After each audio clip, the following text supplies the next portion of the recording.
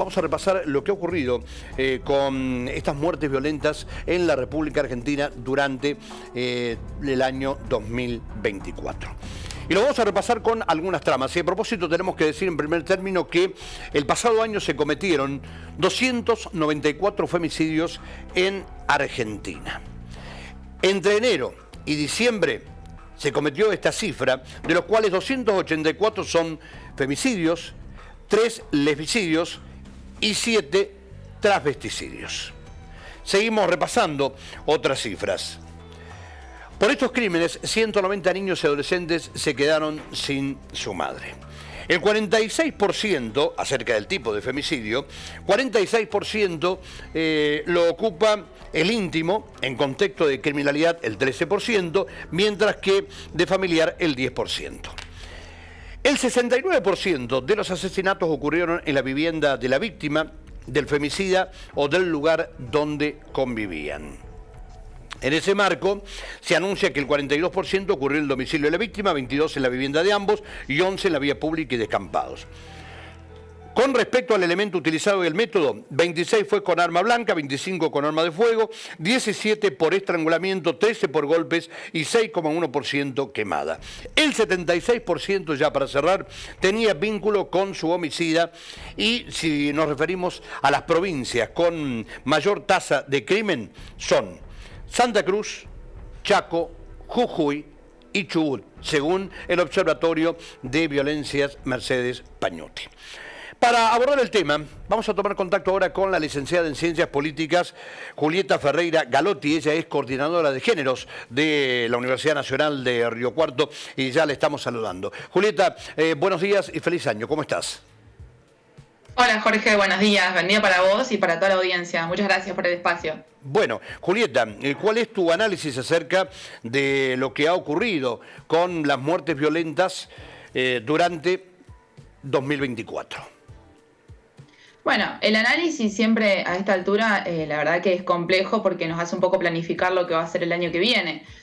Siempre terminamos los fines de año con unas tasas similares. Hoy podemos identificar que hay un femicidio cada 37 horas aproximadamente, los mismos números que venimos obteniendo todos los años. Pero lo que realmente me parece que requiere poner los ojos es la importancia de seguir trabajando y seguir mencionando estas temáticas y seguir hablando de los femicidios y las problemáticas de violencia por razones de géneros. Recordemos que los femicidios es la última instancia de una escala muy alta de violencia por razones de género. Previo a ello podemos encontrar otras instancias de violencias que son importantes de identificar también. Entonces me parece que lo importante siempre es trabajar sobre la prevención en esta problemática, pero continuar hablando de esto. Me parece que tiene que ir por ahí el abordaje de esto y concientizar a la sociedad y entender que esto requiere de un trabajo de todos y de todas. Y el abordaje es siempre integral y por supuesto con el acompañamiento del Estado. Pero bueno, siempre estas cifras la verdad que nos alarman un poco. Por supuesto que para quienes trabajamos en estos espacios no es nada nuevo, lamentablemente, conocer estos números. Pero sí me parece que es importante que la sociedad continúe visibilizando esta problemática, que es ahí donde debemos trabajar realmente. Bien. Licenciada, ¿qué es lo que se ha hecho bien y qué es lo que se ha hecho mal o tal vez no se ha hecho para buscar reducir el número de femicidios? Bueno, hoy lo que podemos avisorar que lo que sucedió en el 2024 fue que realmente hay un gran trabajo de las organizaciones feministas en sus territorios, en el continuar trabajando estas problemáticas, en el seguir destinando tiempo en el acompañamiento, pese al no acompañamiento del Estado, que me parece que esa es una gran problemática con lo que contamos hoy. Para el 2024, agosto del 2024, a través de un decreto presidencial, se anunció el recorte del programa Acompañar, donde se indican unos requisitos nuevos que hay que tener para acceder a ese programa. Recordamos que el programa Acompañar es un programa de ayuda económica para aquellas personas que están en una situación de violencia por razones de género. Ese programa económico, que es la igualdad a un salario mínimo vital y móvil, ayuda a esas personas a independizarse, a poder salir de ese círculo de violencia en el cual están inmersas. Y esta resolución indica una serie de requisitos para poder acceder a este programa. Por ejemplo, sí o sí tener una denuncia judicial o policial previa. Y el programa Acompañar antes estaba planificado en un lapso de 6 meses, ahora lo acortaron a 3 meses. Bueno, algo indispensable para poder salir de una situación de violencia por razones de género, más allá del acompañamiento, más allá de las instancias de denuncia, que es opcional, es un derecho de la denuncia, no una obligación, es por supuesto contar con un requisito económico, con un fondo económico para poder independizarse. Y bueno, hoy contamos con este gran recorte en el programa, que además de esto que yo menciono recién, para el primer trimestre del año pasado solamente se había ejecutado algo de un 6% de ese programa. Comparado con el año anterior, habían designado en ese programa algo de 500 fondos, a 500 personas se le habían designado esos fondos, comparado con el año anterior había 34.000 personas designadas con esos fondos. Bueno, imaginando quizás la magnitud de lo que requiere no hacer ese abordaje del programa, como también los recortes en la línea de 144, que es una línea que es indispensable para poder comunicarse y poder tener una primera atención y una asistencia para aquella persona que está en situación de violencia por razones de género. Bueno, hubo un 30 y pico % de recorte en el personal de esa línea de atención. Entonces, bueno, desde el Estado podemos avisar realmente que no hay un gran acompañamiento con la problemática, y me parece que hoy es un gran problema ese, sin duda, porque si no contamos con el acompañamiento del Estado, entonces ¿cómo vamos a abordar esto? Por supuesto que en cada espacio, cada organización feminista, cada área del municipio o provincia o las universidades propias tienen su planificación para cómo abordar estas problemáticas, pero sin duda si no hay un acompañamiento del Estado Nacional es muy difícil trabajar. Bien, licenciada, a veces uno escucha que hay víctimas que realizan una denuncia, que terminan denunciando a su pareja por haber sido víctimas de algún tipo de violencia verbal y generalmente en la mayoría de los casos físicas, pero ocurre también que después al momento de actuar tal vez la justicia se encuentra que estas denuncias son retiradas. Ustedes realmente tienen muchos ejemplos de este tipo, hay muchos casos realmente de este tipo donde lamentablemente quizás no es mucho lo que se pueda llegar a hacer realmente. No, mira, en realidad son muy pocas las instancias en las que se llega a retirar una denuncia. Bien. Para comentar un poco a la audiencia en general, la instancia de llegar a una denuncia ya de por sí es compleja para la persona que está vivenciando una situación de este tipo. Más allá de los procesos burocráticos que hay en el medio, emocionalmente hay que llegar preparado para estar en esa situación y poder hacer una denuncia. Por lo tanto, las cifras de quien retira una denuncia realmente no son significativas. Igualmente, si eso puede llegar a suceder, es propio también del propio círculo de la violencia en el cual una está inmersa. Recordemos que hay violencia psicológica, emocional, que son otros tipos de violencia más allá de la física o la verbal, que terminan afectando y quizás condicionando esta situación en una posible denuncia, que también puede desencadenar, por supuesto, en el retiro de una denuncia, pero sí realmente podemos identificar que son muy bajas los retiros de denuncia que hay, al contrario, para llegar a realizar una denuncia hay que estar realmente muy preparada para hacerla, porque bueno, nos encontramos con un montón de trabas en distintas instituciones. Más allá de que es un derecho, la denuncia, yo reitero esto, no es una obligación, la obligación sí es del Estado en acompañar en estas problemáticas. Licenciada, hablamos de femicidios, pero hablando de lo que es la violencia en general, ¿reciben ustedes, por ejemplo, planteos de hombres y no de mujeres precisamente? En realidad, a veces recibimos consultas que tienen que ver con la temática, pero somos un equipo orientador. Yo comento un poco, estoy coordinando un poco el área de géneros de la universidad y cuenta con un equipo técnico de atención, pero más allá de esto, esto que cuento yo se replica un poco en distintos espacios de atención de municipalidad, provincia, bueno, otras universidades. Suele haber consultas y los equipos técnicos lo que hacen ahí es orientar un poco de si corresponde o no con una violencia por razones de género. En nuestro caso, no nos han llegado consultas de hombres que estén vivenciando una situación así, pero por supuesto que no tenemos problema en orientar e indicar cuáles son los mecanismos que se deben seguir.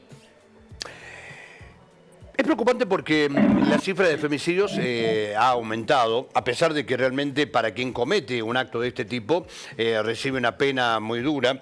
Pero la pregunta es, ¿Por qué realmente se produce esto? Uno imagina que a veces con una sanción mayor tal vez el número debería disminuir, o quien tal vez comete o va a cometer un acto de este tipo, primero imagina que no va a ser lo más conveniente, no solo porque le quita la vida a una persona, sino porque después termina siendo sancionado con 35 años de cárcel. Pero nos damos cuenta de que lamentablemente pareciera que no impacta esto. ¿Qué perciben ustedes? Bueno, a ver, esto es lo que podemos identificar siempre, que el problema raíz de esto siempre es el patriarcado. El patriarcado y su forma de ejercer violencia, su forma de indicar cómo debemos comportarnos, la desigualdad de poder que genera entre hombres y mujeres. Y más allá de estas advertencias que puedes decir vos, que mencionás que hay, como por supuesto una condena, no llega a ser un impedimento para... Lo que mencionaba yo recién, en esto del círculo de la violencia, las múltiples violencias que hay dentro de las violencias por razones de géneros, no es inocente, digamos. Más allá de que la instancia última siempre es la violencia física o la violencia verbal, quizás, previo a ello hubo múltiples violencias, quizás más pequeñas, quizás menos visibles, pero también son violencia por razones de género. Bueno, el patriarcado y las violencias por razones de género hacen un trabajo así, minucioso, todos los días, por supuesto que yo creo que es un trabajo realmente psicológico en esto, en cómo trabaja con la víctima y con el victimario. En cuanto a cuál es el motivo principal por cual alguien ejerce violencia por razones de género, bueno, hay múltiples explicaciones y son diversas las teorías que hay, pero bueno, yo... interpreto o por lo menos la cual trabajamos nosotros, tiene que ver con esto de que el patriarcado es un orden psicológico, social, económico, que implica desigualdad entre hombres y mujeres y disidencias. Y siempre que haya desigualdad va a haber alguien que tenga el poder y alguien que va a estar sometido. Bueno, en estas situaciones esto es lo que sucede. Yo creo que el patriarcado y su manera de ejercer violencia es la principal justificación de esto, por supuesto. Por último, licenciada, quiero preguntarle lo siguiente. ¿Qué debe hacer aquella persona que tal vez está siendo víctima de algún tipo de violencia y hasta aquí no se ha animado a realizar la denuncia? Tal vez porque sabe que si termina denunciando a su pareja o a una persona de su entorno, después tampoco va a tener la protección quizás suficiente como para decir, bueno, yo denuncié un acto determinado porque le estoy pasando mal, pero después, ¿quién me protege? Sí, bueno, por supuesto que es una instancia muy compleja llegar al momento de tomar una decisión de hacer una consulta, porque principalmente es identificar que uno está vivenciando una situación de este tipo, ¿no? Que no es menor. En ese sentido, nosotros siempre recomendamos hacer las consultas igual. Está habilitado el 144, pese al recorte que hay en el personal atendiendo, pero siempre hay equipos de atención. Está el equipo de la Subsecretaría de Géneros, Diversidad y Educación y Discapacidad de la Municipalidad, está el Polo de la Mujer en la provincia de Córdoba también, que cuentan con equipos de atención donde una puede ir a consultar y ahí te van a orientar. No significa que a raíz de acudir a ese espacio, sí o sí ella quiere hacer una denuncia, sino que ahí se hace una primera atención, claro, una primera contención, y se hace una orientación de hacia dónde se puede ir y cuáles son las opciones viables. Yo reitero en esto de que no sí o sí hay que hacer una denuncia. Se puede hacer, por supuesto, porque es un derecho, pero sí o sí me parece que está bueno hacer una consulta. Me parece que eso es muy importante y es necesario destacar. Siempre que se habla de estas problemáticas, de estas temáticas en la televisión, sobre todo con cualquier tipo de medio de comunicación, está comprobado estadísticamente que aumentan los niveles de consulta. Pasó cuando se hablaba del caso de Telma Fardín, pasó cuando sucedió lo de Fabiola Yáñez con el expresidente. Inmediatamente aumentaron las consultas en la línea del 144 o en los distintos equipos de atención de este tipo.